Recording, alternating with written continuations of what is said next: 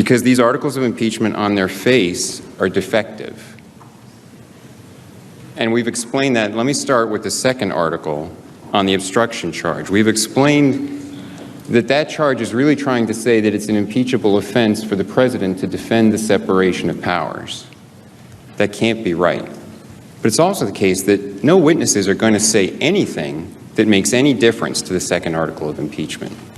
That all has to do with the validity of the grounds the president asserted, the fact that he asserted longstanding constitutional prerogatives of the executive branch in specific ways to resist specific deficiencies in the subpoenas that were issued. No fact witness is going to come in and say anything that relates in any way to that. It's not going to make any difference. And on the first article of impeachment, that too is defective on its face. And we've explained, we heard it again today here, that the way they have this subjective theory of impeachment that will show abuse of power by focusing just on the president's subjective motives.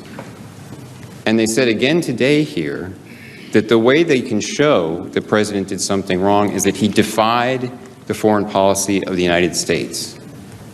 And I talked about that before, this theory that he defied the agencies within the executive branch. He wasn't following the policy of the executive branch. That's not a constitutionally coherent statement.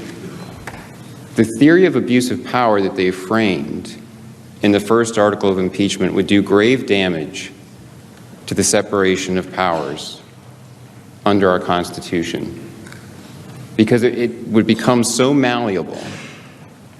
They can pour into it anything they want to find illicit motives for some perfectly permissible action. It becomes so malleable, it's no different than maladministration, the exact ground that the framers rejected during the Constitutional Convention.